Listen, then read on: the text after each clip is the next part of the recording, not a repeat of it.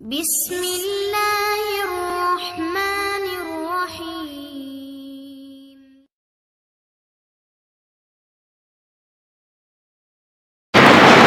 نحمده ونصلي ونسلم على رسوله الكريم.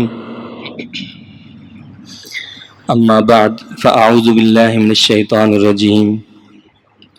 بسم اللہ الرحمن الرحیم. الحمدللہ درس قرآن کی یہ 28ویں نشست ہے. اس سے پہلے سورہ بقرہ کی 228 آیات مکمل ہو چکی ہیں. آج انشاءاللہ تعالی سورہ بقرہ کا 29واں رکوع اور آیت نمبر 229 سے تلاوت کی جائے گی. اعوذ باللہ من الشیطان الرجیم. بسم اللہ الرحمن الرحیم. الطلاق مرتان فإمساك بمعروف أو تسريح بإحسان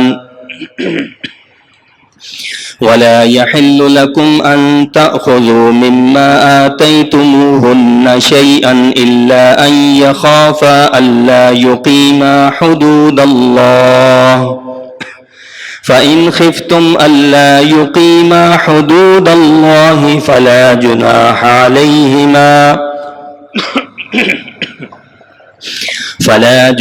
عليهما فيما افتدت به تلك حدود الله فلا تعتدوها ومن يتعد حدود الله فأولئك هم الظالمون.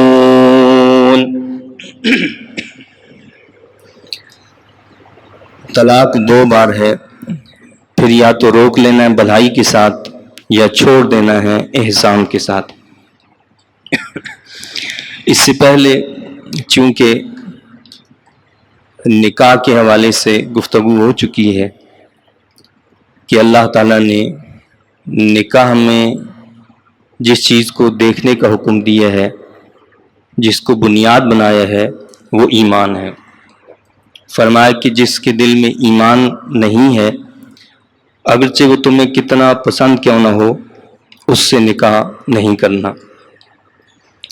اس کے بعد پھر فطری طور پر کچھ ایسی چیزیں ہیں کہ جن کا جاننا نکاح والے کے لیے ضروری ہے. یعنی عورت کے مخصوص ایام، ماہواری کے ایام جو ہیں، ان کے حوالے سے آگاہ کیا گیا کہ یہ وہ ایام ہوتے ہیں کہ جن میں شوہر کا بیوی کے پاس جانا جائز نہیں ہوتا. اسی طرح پھر قسموں کے حوالے سے تذکرہ ہوا، ایلا کا قانون بتایا گیا، اور پھر اسی اعتبار سے آگے طلاق کا ذکر ہوا. یعنی اس میں عدت کا ذکر کیا گیا کہ عدت کے ایام جو ہیں اس میں عورت کو اپنے حمل کو نہیں چھپانا چاہیے. اب طلاق کا تفصیلی سلسلہ یہاں سے بیان کیا جا رہا ہے، اور یہ وہ مسائل ہیں کہ جو ہمارے معاشرے کے سلگتے ہوئے مسائل ہیں، اور جن کا علم رکھنا، جن کا جاننا ہر اس شخص کے لیے فرض ہے جو کہ شادی شدہ ہے. لہٰذا ہر وہ شخص جو اپنے آپ کو مسلمان کہتا ہے اور وہ شادی کے بندھن میں بندھنا چاہتا ہے، تو اس سے پہلے ان مسائل کا اس کو سیکھنا ضروری ہے. کیونکہ اگر وہ یہ مسائل نہیں جانتا تو ہو سکتا ہے کہ وہ زندگی جو ہے ساری بدکاری میں گزار دیں. اور آپ جب ان مسائل کو ابھی سنیں گے اور پھر غور کریں گے تو آپ کو اپنے معاشرے میں ایسے کئی لوگ، کئی گھرانے، کئی مسائل نظر آئیں گے کہ جو دین کی تعلیمات کے بالکل برعکس چل رہے ہیں. تو اس لیے یہ بہت زیادہ توجہ کی باتیں ہیں. اللہ تعالیٰ نے یہ جو ہمیں قرآن کریم کی دولت عطا فرمائی ہے، اس میں ہمارے تمام مسائل کا حل رکھا ہے. چاہے وہ معاشرتی مسائل ہوں، وہ ہمارے دیگر معاملات ہوں، سب اللہ تعالیٰ نے اس کے اندر ہمیں بتا دیے ہیں. تو یہاں اللہ نے بتایا کہ طلاق 2 بار ہے، پھر یا تو روک لینا ہے بھلائی کے ساتھ یا چھوڑ دینا ہے احسان کے ساتھ. زمانہ جاہلیت کے اندر طلاق کی کوئی حد مقرر نہیں تھی. کوئی چاہتا تو 100 بار طلاق دے دیتا، کوئی چاہتا تو 1000 بار طلاق دے دیتا. بس وہ عدت ختم ہونے سے پہلے وہ اس سے رجوع کر لیتا، پھر اس کو طلاق دے دیتا. اب وہ بیچاری عورت جو ہے وہ لٹکی رہتی تھی. ایک ایسا ہی معاملہ ایک انصاری رضی اللہ تعالیٰ عنہ کی اہلیہ کے ساتھ ہوا. تو وہ بارگاہ رسالت مآب صلی اللہ علیہ وسلم میں حاضر ہوئیں اور آ کر اپنی شکایت کی کہ یا رسول اللہ صلی اللہ علیہ وسلم، یہ معاملہ ہے کہ مجھے میرے شوہر یہ فرما رہے ہیں کہ میں تمہیں طلاق دوں گا اور عدت سے پہلے پھر رجوع کر لوں گا، پھر طلاق دوں گا، تم اسی طرح لٹکی رہو گی.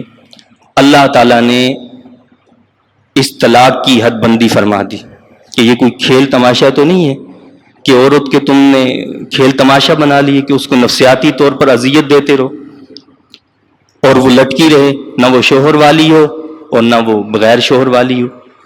تو فرمایا کہ طلاق جو ہے وہ 2 مرتبہ تک ہے، بس حد بندی کر دی کہ کل طلاقیں 3 ہیں، صرف 3 سے زیادہ ہی نہیں، کل طلاقیں 3 ہیں اور جن میں رجوع کا حق ہے وہ صرف 2 ہیں. جن میں رجوع کیا جا سکتا ہے وہ صرف 2 ہیں. تو فرمایا کہ طلاق 2 بار ہے، یعنی طلاق رجعی. ایک طلاق وہ ہوتی ہے کہ جس کو ہم طلاق رجعی کہتے ہیں، ایک طلاق بائن ہوتی ہے. طلاق رجعی جو ہوتی ہے وہ عموماً وہ طلاق ہے جس کو ہم طلاق صریح بھی کہتے ہیں. یعنی صریح کا مطلب یہ ہے کہ صاف وہ الفاظ جو طلاق پر مبنی ہیں. یعنی کوئی شخص اپنی بیوی کو کہتا ہے کہ میں نے تجھے طلاق دی، تو یہ صاف الفاظ ہیں، صریح الفاظ ہیں. تو اس سے اگر اس نے کہا کہ میں نے تجھے طلاق دی، ایک طلاق اس پر واقع ہو جاتی ہے جو طلاق رجعی ہے.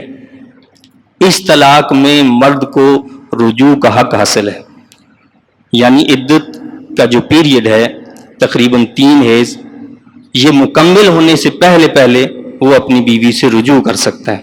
رجوع کا طریقہ بھی آسان ہے، یا تو وہ یہ الفاظ ادا کر دے کہ میں نے رجوع کر لیا اپنے قول سے، یا وہ کوئی اور ایسا عمل کرے، وہ بوس و کنار اس طرح کا کوئی بھی عمل اگر کر لیتا ہے تو اس سے رجوع ثابت ہو جاتا ہے. لیکن اب ایک حق اس کا استعمال ہو چکا، اب اس کے پاس صرف 2 حق موجود ہیں. اللہ نے طلاق کا یہ حق بھی عورت کو نہیں دیا، بلکہ اللہ نے مرد کو یہ حق تفویض کیا ہے. اس کی وجہ یہ ہے کہ فطری طور پر مرد کو اللہ تعالیٰ نے جو عقل و دانش، جو دانائی عطا فرمائی ہے، جو شعور عطا فرمایا ہے، جو سوچنے سمجھنے کی صلاحیتیں عطا فرمائی ہیں، جو دور اندیشی عطا فرمائی ہے، وہ عورت کے اندر نہیں ہوا کرتی. اس لیے رب کائنات نے یہ اختیار مرد کو دیا ہے. لیکن مرد کے لیے بھی پھر کچھ حدود مقرر کی ہیں، اس کے لیے کچھ قاعدے، قوانین، کچھ آداب بتائے ہیں کہ ان قواعد کو ملحوظ رکھنا ہے، اس دائرے کے اندر رہتے ہوئے اپنے معاملات کو سر انجام دینا ہے. تو فرمایا رب کائنات نے کہ طلاق 2 بار ہے، پھر یا تو روک لینا ہے بھلائی کے ساتھ یا چھوڑ دینا ہے احسان کے ساتھ. اب یہ 2 مرتبہ تک وہ طلاق ہو سکتی ہے جو طلاق رجعی ہے، یعنی ایک طلاق دے دی پھر دوسری طلاق دے دی، تو ان میں رجوع کیا جا سکتا ہے. اس میں کسی نکاح کی ضرورت نہیں، کسی اور معاملے کی ضرورت نہیں. لیکن اب صرف ایک حق اس کے پاس رہ جاتا ہے. جب بھی اس ایک حق کو استعمال کرے گا تو پھر وہ عورت اس سے ہمیشہ کے لیے جدا ہو جائے گی، سوائے ایک صورت کے جو آگے ابھی بیان کی جائے گی. تو اللہ نے فرمایا کہ طلاق 2 بار ہے، پھر یا تو روک لینا ہے. آپ یہ دیکھیں کہ طلاق ویسے ہی اللہ کو ناپسند ہے، اللہ کے رسول صلی اللہ علیہ وسلم کو ناپسند ہے کہ نکاح کا مقصد ہی جو ہوتا ہے وہ خوشگوار زندگی گزارنا ہوتا ہے، معاملات کو احسن انداز میں چلانا ہوتا ہے. اس لیے طلاق کو ہمارے دین نے پسند نہیں کیا. طلاق ایک آخری حربہ ہے، جس طرح ہم اپنے کسی مرض کا علاج کرواتے ہیں.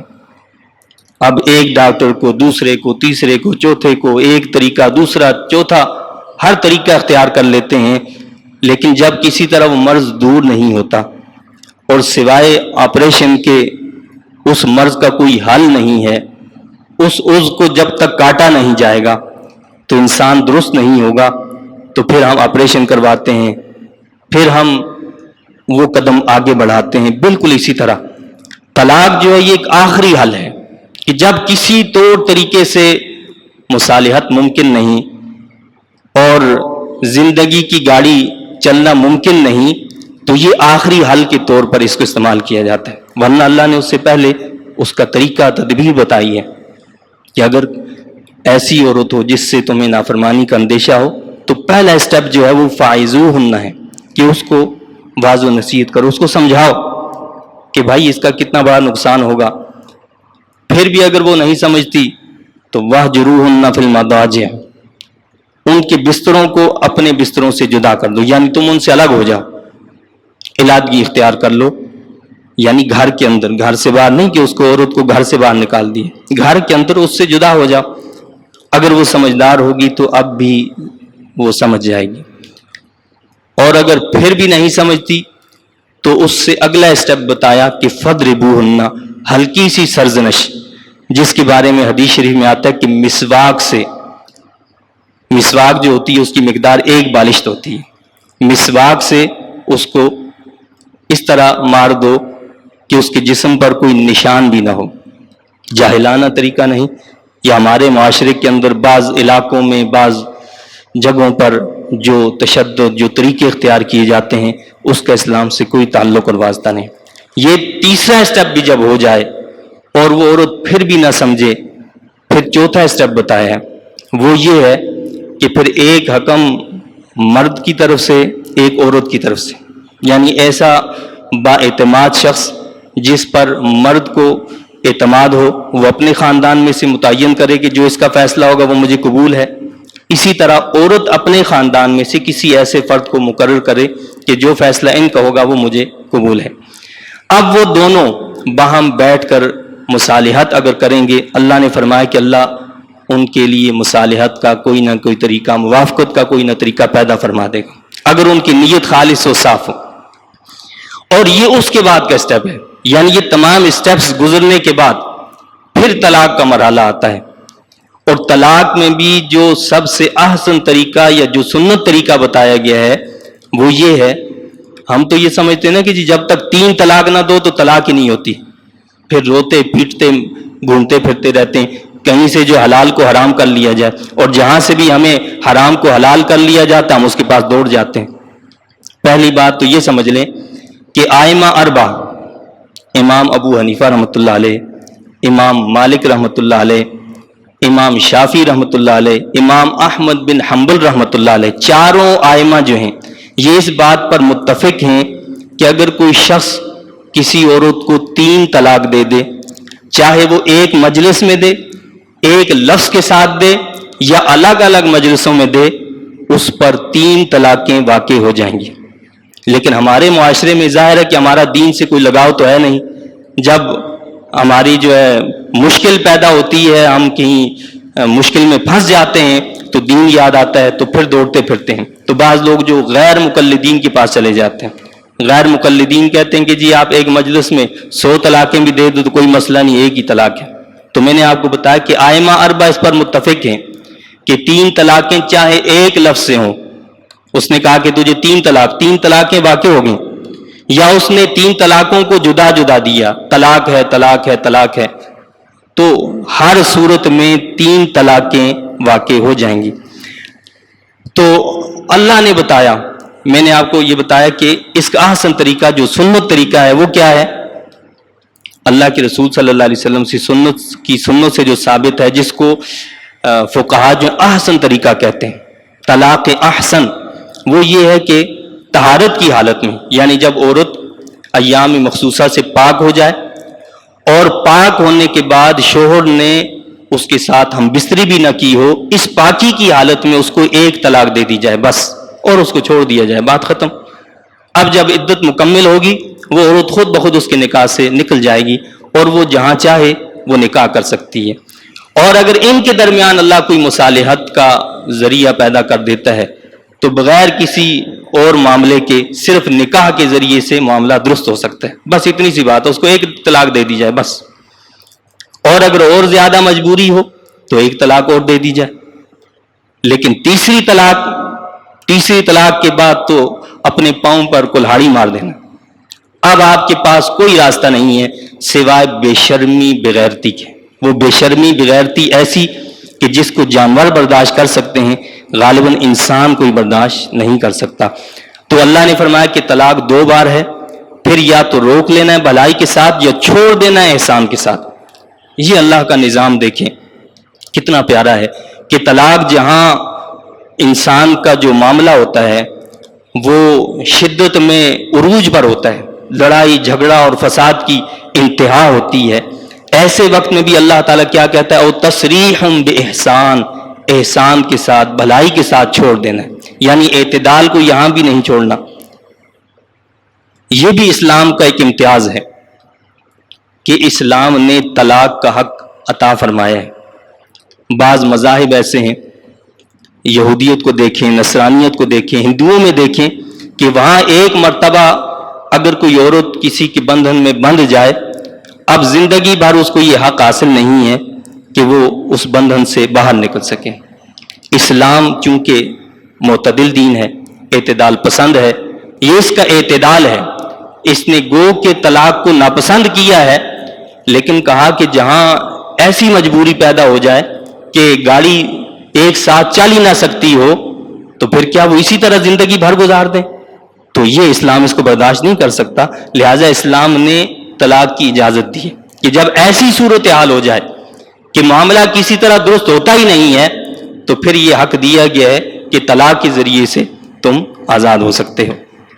تو طلاق 2 بار ہے، پھر یا تو روک لینا ہے بھلائی کے ساتھ یا چھوڑ دینا ہے احسان کے ساتھ۔ احسان کے ساتھ کیسے چھوڑنا ہے کہ یعنی اس کے ساتھ اچھا برتاؤ کرنا ہے، جب اس کو طلاق دی ہے اس کے ساتھ موافقت کا کوئی اور حل ہی نہیں ہے تو اس کو کچھ دے کر اس کی دلجوئی کر کے اس کو روانہ کرنا ہے، پھر بھی جو ہے تیش میں نہیں آنا، غصے میں نہیں آنا، دوسرے ایسے طریقے اختیار نہیں کرنا کہ جو اخلاق سے گرے ہوئے ہوں، اور جائز نہیں تمہارے لیے کہ لو تم اس سے جو تم نے دیا ہے انہیں کچھ بھی، بجز اس کے کہ دونوں کو اندیشہ ہو کہ وہ قائم نہ رکھ سکیں گے اللہ کی حدوں کو۔ اب اللہ نے کیا بتایا کہ جب طلاق ہو جائے، ہمارے معاشرے سوسائٹی کا طریقہ تو یہ ہے نا کہ جی وہ سب لینا دینا سب واپس ہو جاتا ہے، جو لڑکے نے دیا جو لڑکی نے دیا سب لڑکی کا حق ہے، اس کا جو جتنا اس نے دیا یا اس کی جو چیز بھی آئی وہ اسی کی ہے، وہ اسی کے پاس جانی چاہیے، اس کو واپس کرنی چاہیے، اس کی کسی چیز کو روکنا جائز ہی نہیں ہے۔ لیکن لڑکے کا اپنی دی ہوئی چیزوں کو واپس لینا یہ جائز نہیں ہے، یہ بالکل ایسے ہے، حدیث شریف میں اس کی تشبیہ دی گئی ہے کہ ایک شخص الٹی کرے، قے کرے اور قے کرنے کے بعد اس کو چاٹ لے، تو کیا اس بات کو کوئی پسند کرتا ہے؟ یا کوئی شخص تھوکے اور تھوکنے کے بعد اس کو چاٹ لے، تو فرمایا کہ جو تحفہ طائب یا جو چیز بھی اس کو دے دی ہے تو مرد کے لیے جائز نہیں ہے کہ اس کو واپس لے کچھ بھی اس میں سے، مگر یہ کہ اندیشہ ہو کہ قائم نہ رکھ سکیں گے اللہ کی حدوں کو، پھر اگر تمہیں خوف ہو کہ وہ دونوں قائم نہ رکھ سکیں گے اللہ کی حدوں کو تو کوئی حرج نہیں ان پر کہ عورت کچھ فدیہ دے کر جان چھڑا لے۔ یہ دوسری صورت بتائی گئی ہے۔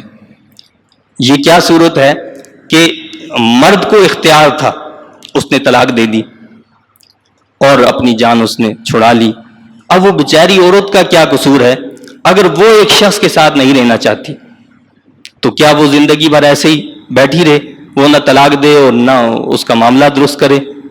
تو اللہ نے عورت کو بھی اختیار دی ہے کہ عورت کے بھی ہاتھ بالکل باندھ نہیں دیے، گو کہ اس پر تنبیہ بھی کی ہے، یعنی جس کو ہم عام استعمال کے الفاظ میں خلا کہتے ہیں کہ وہ خلا لے سکتی ہے۔ اب خلے کی صورت یہ بتائی ہے کہ اس صورت میں چونکہ عورت خود آزاد ہونا چاہتی ہے، اب اس کی پھر شرائط رکھی ہیں، دین نے اس پر تنبیہ کی ہے، بتایا ہے کہ یہ بلا وجہ نہیں ہونی چاہیے، کوئی معقول عذر ہونا چاہیے، کوئی معقول اگر وجہ ہے تو وہ خلا لے سکتی ہے، اگر بغیر کسی معقول وجہ کے ایسا کرتی ہے تو حدیث شریف میں فرمایا کہ ایسی عورت جنت کی خوشبو تک نہیں سونگے گی، جنت کی خوشبو جس کے بارے میں حدیث شریف میں آتا ہے کہ 500 سال کی مسافت سے جنت کی خوشبو کو سونگھا جائے گا. تو فرمایا کہ وہ جنت کی خوشبو تک نہیں سونگھ سکے گی. جو عورت بلا وجہ، بلا کسی عذر کے، بغیر کسی معقول وجہ کے خلا لے تو وہ جنت کی خوشبو نہیں سونگھے گی. لیکن جہاں واقعی عذر ہو، ایک عورت کو اپنے شوہر سے کوئی ایسی نفرت ہو کہ اس کے ساتھ نباہ ہی نہ کر سکتی ہو، اس کی شکل صورت ہی پسند نہ ہو اس کو، یا کوئی اور ایسی صورتحال ہو کہ جس میں وہ اس کے ساتھ رہنا پسند نہیں کرتی ہے، تو اس کو یہ حق دیا ہے کہ وہ عدالت سے رجوع کرے، وہ عدالت جائے. اور عدالت کا یہ حق بنتا ہے، عدالت پر یہ ذمہ داری ڈالی گئی ہے کہ وہ اب اس کے شوہر کو بلائے. اس کے شوہر کو بلا کر پہلے تو مصالحت کی کوشش کرے عدالت، لیکن مصالحت نہیں ہوتی ہے.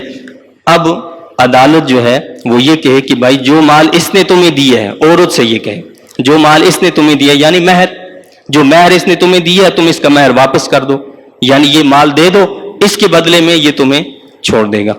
تو یہ خلا کہلاتا ہے. یہ باہمی رضامندی سے ہوتا ہے، یعنی میاں بیوی کی باہمی رضامندی سے. اب وہ عدالت کے ذریعے سے ہو یا آپس میں بیٹھ کر ہو جائے، دونوں طریقے سے خلا ہو جاتا ہے. لیکن عدالت کا اپنی طرف سے خود فیصلہ سنا دینا، جیسے آج کل ہمارے یہاں ہوتا ہے کہ عورتیں عدالت جاتی ہیں، عدالت اپنے وہ جو ایک رواج ہوتا ہے 2-3 لیٹر بھیجے، شوہر آتا نہیں ہے اور وہ اپنی طرف سے لیٹر اٹھا کر دیتے تھے کہ جی فسخ نکاح ہو گیا. تو ایسے نہیں ہوتا، اس کو خلا نہیں کہتے ہیں، یہ خلا نہیں ہوتا ہے. اس سے عورت اس کے نکاح سے آزاد نہیں ہوتی ہے. اس کا طریقہ یہ ہے کہ عدالت بلائے، عدالت کے پاس پاور ہے، اس کے پاس، اس کے ہاتھ میں قانون ہے، وہ اس کو سزا دے سکتی ہے، وہ دیگر طریقے اختیار کر سکتی ہے، وہ شوہر سے طلاق دلوائے، وہ اس کا پر راضی کرے. تو اب یہ ہوگا کہ جو مہر دے دیا ہے وہ مہر عورت اس کو واپس کر دے گی، اس کے بدلے میں شوہر اس کو جو رضامندی کا اظہار کرے گا، خلا کی رضامندی کا، تو یہ طلاق کے بائن کی شکل اختیار کر لیتی ہے. یعنی ان دونوں کے درمیان رشتہ نکاح جو وہ منقطع ہو جاتا ہے. عورت عدت گزارنے کے بعد کہیں دوسری جگہ چاہے تو شادی کر سکتی ہے، اور چاہیں ان کے درمیان ہی اگر کوئی مصالحت ہو جائے تو بعد میں یہ آپس میں دوبارہ نیا نکاح نئے مہر کے ساتھ کر سکتے ہیں. تو یہ صورت اللہ نے بتائی کہ مال کی صرف یہ صورت ہے کہ کوئی حرج نہیں ان پر کہ عورت کچھ فدیہ دے کر جان چھڑا لے. یہ حدیں ہیں اللہ کی، سو ان سے آگے نہ بڑھو. تلک حدود اللہ، یہ اللہ کی حدیں، فلا تعتدوها. اس میں اللہ نے تعتدوها کے الفاظ استعمال کیے، یعنی حد سے آگے نہ بڑھو. اس سے پہلے ہم نے رمضان کے مسائل میں جہاں یہ پڑھا تھا کہ اللہ تعالیٰ نے رمضان کی راتوں میں تمہیں اس بات کی اجازت دی ہے کہ تم اپنی بیویوں کے پاس جا سکتے ہو. وہاں اللہ نے فرمایا کہ فلا تقربوها، فلا تلک حدود اللہ فلا تقربوها، یہ اللہ کی حدیں ہیں، ان کے قریب بھی نہیں جانا. وہاں جتنی باتوں کا ذکر ہے اس میں طبی طور پر انسان ان کی طرف مرغوب ہوتا ہے، ان کی طرف مائل ہوتا ہے، ان کی طرف راغب ہوتا ہے. لہذا فرمایا کہ ان کے قریب بھی نہ جانا. اگر قریب بھی جاؤ گے تو چونکہ طبی رغبت جو ہے وہ تمہیں اس کام میں، معاملات میں مبتلا کر سکتی ہے. لہذا فرمایا کہ ان کے قریب بھی نہیں جانا. لیکن یہاں جن باتوں کا ذکر ہے تو طبی طور پر انسان کے اندر ناگواری، ایک دوسرے سے دوری ہے، اس لیے اللہ نے فرمایا کہ فلا تعتدوها، حد سے آگے نہیں بڑھنا، حد سے تجاوز نہیں کرنا. یہ اللہ کی حدیں ہیں، اللہ نے مقرر کر دی ہیں، ان سے آگے تجاوز نہ کرنا. اور اگر حد سے تجاوز کرو گے تو پھر کیا ہوگا؟ جو کوئی آگے بڑھتا ہے اللہ کی حدوں سے سو وہی لوگ ظالم ہیں. اس کے بعد اللہ تعالیٰ نے ایک تیسری صورت بتائی، فَإِن طَلَّقَهَا فَلَا تَحِلُّ لَهُ مِن بَعْدُ حَتَّى تَنكِحَ زَوْجًا غَيْرَهُ فَإِن طَلَّقَهَا فَلَا جُنَاحَ عَلَيْهِمَا أن يتراجعا إن ظنا أن يقيما حدود الله وتلك حدود الله يبينها لقوم يعلمون. پھر اگر وہ طلاق دے اپنی بیوی کو، اب یہ بات ہوئی ان 2 طلاقوں کے بعد پھر اگر طلاق دے، 2 طلاقیں جو ہو گئیں ان کے بعد پھر اگر طلاق دے اپنی بیوی کو تو وہ حلال نہ ہوگی اس پر اس کے بعد یہاں تک کہ نکاح کرے کسی اور خامد کے ساتھ۔ تو یہ ہے وہ 3 طلاق کے بعد والا معاملہ۔ 3 طلاق کے بعد کا جو معاملہ قرآن نے بتایا ہے، رسول اللہ صلی اللہ علیہ وسلم نے بتایا، وہ بالکل واضح ہے۔ کیا فرمایا اللہ نے؟ کہ وہ بیوی اس کے لیے حلال نہ ہوگی تیسری طلاق کے بعد یہاں تک کہ نکاح کرے کسی اور خامد کے ساتھ، پس اگر وہ دوسرا طلاق دے اسے تو کوئی حرج نہیں ان دونوں پر کہ رجوع کر لیں، بشرطے کہ انہیں خیال ہو کہ وہ قائم رکھ سکیں گے اللہ کی حدوں کو۔ اس کو ہم حلالہ کہتے ہیں، لیکن حلالہ کا وہ طریقہ جو ہمارے معاشرے میں رائج ہے وہ سوائے بغیرتی اور بشرمی کی کچھ بھی نہیں ہے۔ ایسے حلالے والوں پر اللہ کے رسول صلی اللہ علیہ وسلم نے حدیث میں لعنت فرمائی ہے کہ ایسا حلالہ کرنے والے پر لعنت ہے، وہ سب ملعون ہیں۔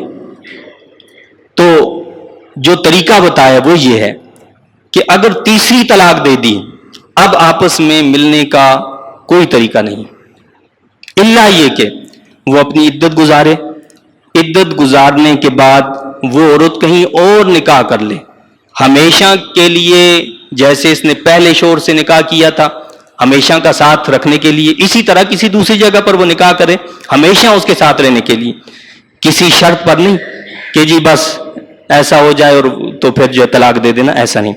جو حلالہ ہوتا ہے اس میں یہ شرط بھی ہوتی ہے، یعنی جو یہاں قرآن نے بیان کی ہے کہ جب دوسرے شخص سے نکاح ہو وہ اس سے حقوق زوجیت بھی ادا کرے، یعنی ہم بستری کرے، پھر طلاق دے دے تو یہ دوبارہ آپس میں پھر نکاح کر سکتے ہیں۔ تو ہمارے معاشرے کا طریقہ نہیں جو قرآن نے بتایا، وہ کیا ہے کہ وہ کسی دوسرے شخص سے نکاح کر لے، پھر ان دونوں کا بھی آپس میں نباہ نہ ہو سکے اور پھر وہ بھی طلاق دے دے اس کو۔ اب اس کی عدت گزارنے کے بعد اب دوبارہ اگر ان دونوں کے درمیان کوئی ایسی جو ہے صلح کی چیز پیدا ہو جاتی، کوئی ایسا معاملہ پیدا ہو جاتا ہے، اب یہ دوبارہ آپس میں نکاح کر سکتے ہیں، ورنہ کوئی اور صورت نہیں ہے آپس میں نکاح کرنے کی۔ تو اب آپ بتائیے کہ یہ کیسی پابندیاں، کیسا طریقہ اللہ نے بتایا ہے جس کو ہم کوئی چیز ہی نہیں سمجھتے۔ بات بات پر طلاق، بات بات پر کتنی ساری باتیں ہم کہہ دیتے ہیں جس سے عورت پر طلاق واقع ہو جاتی ہے۔ جیسے میں نے آپ کو بتایا کہ یہ طلاق کی صریح کی باتیں ہیں۔ طلاق صریح میں ہوتا ہے کھلے الفاظ کہہ دیے طلاق کے، لیکن ایک طلاق کی قسم ہوتی ہے کنایا۔ کنایا میں عورت فوراً بائنہ ہو جاتی ہے، یعنی وہ فوراً نکاح سے نکل جاتی ہے، اور وہ الفاظ عموماً وہ ہوتے ہیں جو ہم گھروں میں استعمال کرتے ہیں، دفع ہو جا، چلی جا، آج سے تم سے میرا کوئی تعلق نہیں ہے۔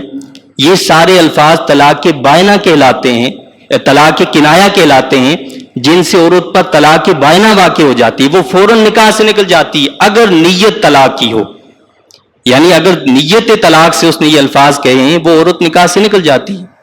اب بغیر نکاح کے نئے مہر کے وہ آپس میں رہ ہی نہیں سکتے، جبکہ صریح طلاق میں تو یہ تھا نا کہ جی ایک طلاق دی ہے یا 2 دی ہیں تو وہ رجوع کر سکتے ہیں بغیر کسی نئے نکاح کے، لیکن یہ کلمات اور الفاظ کہ جی دفع ہو جا، چلی جا، مجھے تمہارا کوئی یہ نہیں ہے، تم اپنے میکے چلی جاؤ، اس قسم کے الفاظ طلاق کی نیت سے اگر کہیں، اور جتنی طلاق کی نیت سے کہے ہوں گے اتنی طلاقیں واقع ہو جائیں گی۔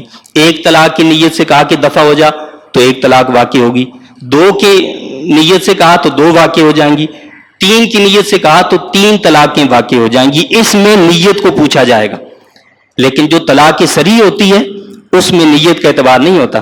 کوئی کہے کہ جی نہیں میری نیت تو یہ نہیں تھی، وہاں نیت کو نہیں دیکھا جائے گا، وہاں تو ان الفاظ کو دیکھا جائے گا کہ یہ صریح الفاظ ہیں، لہٰذا وہاں نیت کی ضرورت نہیں ہوتی۔ اسی طرح ہمارے یہاں یہ ہوتا ہے کہ بعض مرتبہ لوگ جو ہیں ڈرانے دھمکانے کے لیے وکیلوں کے پاس چلے جاتے ہیں اور وکیل کو کہتے ہیں کہ جی لیٹر دے دو، اور وکیل جو ہے اس کے اندر 3 طلاقیں لکھ کر بھیج دیتا ہے اور اس سے سائن بھی لیتا ہے، یعنی شوہر صاحب اس پر سائن بھی کر دیتے ہیں، کہتے ہیں جی یہ تو ہم نے دھمکی دی تھی، تو وہ دھمکی نہیں ہے، اس سے 3 طلاقیں واقع ہو جاتی ہیں کہ آپ نے اس کے اوپر اپنے دستخط بھی کیے ہیں، دستخط کر کے جب آپ نے بھیج دیے تو 3 طلاقیں واقع ہو جاتی ہیں اس سے۔ تو اللہ نے کیا فرمایا کہ اور دوسرا طلاق دے اسے تو کوئی حرج نہیں ان دونوں پر کہ رجوع کر لیں، بشرطے کہ انہیں خیال ہو کہ وہ قائم رکھ سکیں گے اللہ کی حدوں کو، اور یہ حدیں اللہ کی وہ بیان فرماتا ہے انہیں ان لوگوں کے لیے جو علم رکھتے ہیں. وَإِذَا طَلَّقْتُمُ النِّسَاءَ فَبَلَغْنَ أَجَلَهُنَّ فَأَمْسِكُوهُنَّ بِمَعْرُوفٍ أَوْ سَرِّحُوهُنَّ بِمَعْرُوفٍ وَلَا تُمْسِكُوهُنَّ ضِرَارًا لِتَعْتَدُوا وَمَنْ يَفْعَلْ ذَلِكَ فَقَدْ ظَلَمَ نَفْسَهُ وَلَا تَتَّخِذُوا آيَاتِ اللَّهِ هُزُوًا وَاذْكُرُوا نِعْمَةَ اللَّهِ عَلَيْكُمْ وَمَا أَنزَلَ عَلَيْكُمْ مِنَ الكتاب والحكمة يعظكم به واتقوا الله واعلموا أن الله بكل شيء عليم. اور جب تم طلاق دے دو عورتوں کو اور وہ پوری کر لیں اپنی عدت، بس یا تو روک لو انہیں بھلائی کے ساتھ، یعنی یہ وہی بات ہے کہ اگر 2 طلاقیں دی ہیں اور اب انہوں نے عدت پوری کر لی ہے 2 طلاق کی رجی تک، 1 طلاق کی رجی دی ہے یا 2 طلاق کی رجی دی ہیں، تو وہ عدت پوری ہونے سے پہلے یا تو ان کو روک لو ورنہ عدت پوری ہونے دو. عدت جب پوری ہو جائے گی وہ خود بخود عورت نکاح سے خارج ہو جائے گی. تو فرمایا کہ جب تم طلاق دے دو عورتوں کو اور وہ پوری کر لیں اپنی عدت، پس یا تو روک لو انہیں بھلائی کے ساتھ یا چھوڑ دو انہیں بھلائی کے ساتھ، اور نہ روکو انہیں تکلیف دینے کی غرض سے تاکہ زیادتی کرو. روکنے کا مقصد اللہ نے بتایا کہ روکنے کا مقصد باہمی مصالحت کے ساتھ اچھی زندگی گزارنے کی نیت ہو تو روک لو، بصورت دیگر نہیں. ظلم اور زیادتی کے لیے نہیں کہ اس کو لٹکا کر رکھو گے، اذیت دو گے، اس کے لیے روکنے کی اجازت نہیں دی. اور جو کوئی کرے گا اس طرح تو وہ ظلم کرے گا اپنی ہی جان پر. اور نہ بنا لو اللہ کی آیتوں کو مذاق، اللہ کی آیتوں کو مذاق نہ بناؤ. عرب معاشرے میں یہ بھی ہوتا تھا کہ وہ طلاق دے دیتے، وہ آزاد کر دیتے غلام کو، پھر جب کہا جاتا کہ بھائی تم نے ایسے کہتے، وہ تو ہم نے مذاق میں کہا ہے. اللہ نے فرمایا کہ اللہ کی باتیں، اللہ کی آیات کو مذاق نہ بناؤ. لہٰذا اسی لیے ہمارے دین میں حکم یہ ہے کہ 3 چیزیں ایسی ہیں کہ جن میں مذاق بھی حقیقت ہے اور حقیقت بھی حقیقت ہے. ان میں ایک نکاح ہے، دوسری چیز طلاق ہے، تیسری رجوع کرنا عورت سے، وہی عدت، یعنی جس نے طلاق کی رجی دی ہے تو ان 2 طلاقوں کے درمیان وہ رجوع کر سکتا ہے، چاہے وہ مذاق میں کہے چاہے وہ سنجیدگی سے کہے. دونوں صورتوں میں یہ چیزیں واقع ہو جائیں گی. ڈرامے ہوتے ہیں اور اس میں کیا ہوتا ہے کہ جی مذاق ہی مذاق میں نکاح ہو جاتا ہے، مذاق ہی مذاق میں طلاق ہو جاتی ہے، تو یہ مذاق نہیں ہوتا، یہ واقعتاً ایسا ہو جاتا ہے. چاہے مذاق میں طلاق دی جائے یا سنجیدگی سے دی جائے، دونوں صورتوں میں طلاق واقع ہو جائے گی. اللہ فرماتا ہے کہ نہ بنا لو اللہ کی آیتوں کو مذاق، اور یاد کرو اللہ کی نعمت کو جو تم پر ہے، اور یاد کرو جو اس نے نازل فرمایا تم پر قرآن اور حکمت. وہ نصیحت فرماتا ہے تمہیں اس سے، اور ڈرتے رہو اللہ سے، اور خوب جان لو کہ اللہ تعالیٰ ہر چیز کو خوب جاننے والا ہے. اللہ تعالیٰ سے دعا التجا ہے کہ اللہ تعالیٰ مجھے آپ کو ہم سب کو ان تعلیمات کی سمجھ عطا فرمائے، اور سمجھ کر ان تعلیمات کے مطابق اپنی زندگی کو گزارنے کی توفیق عطا فرمائے. آمین. وآخر دعوانا ان الحمد للہ رب العالمین.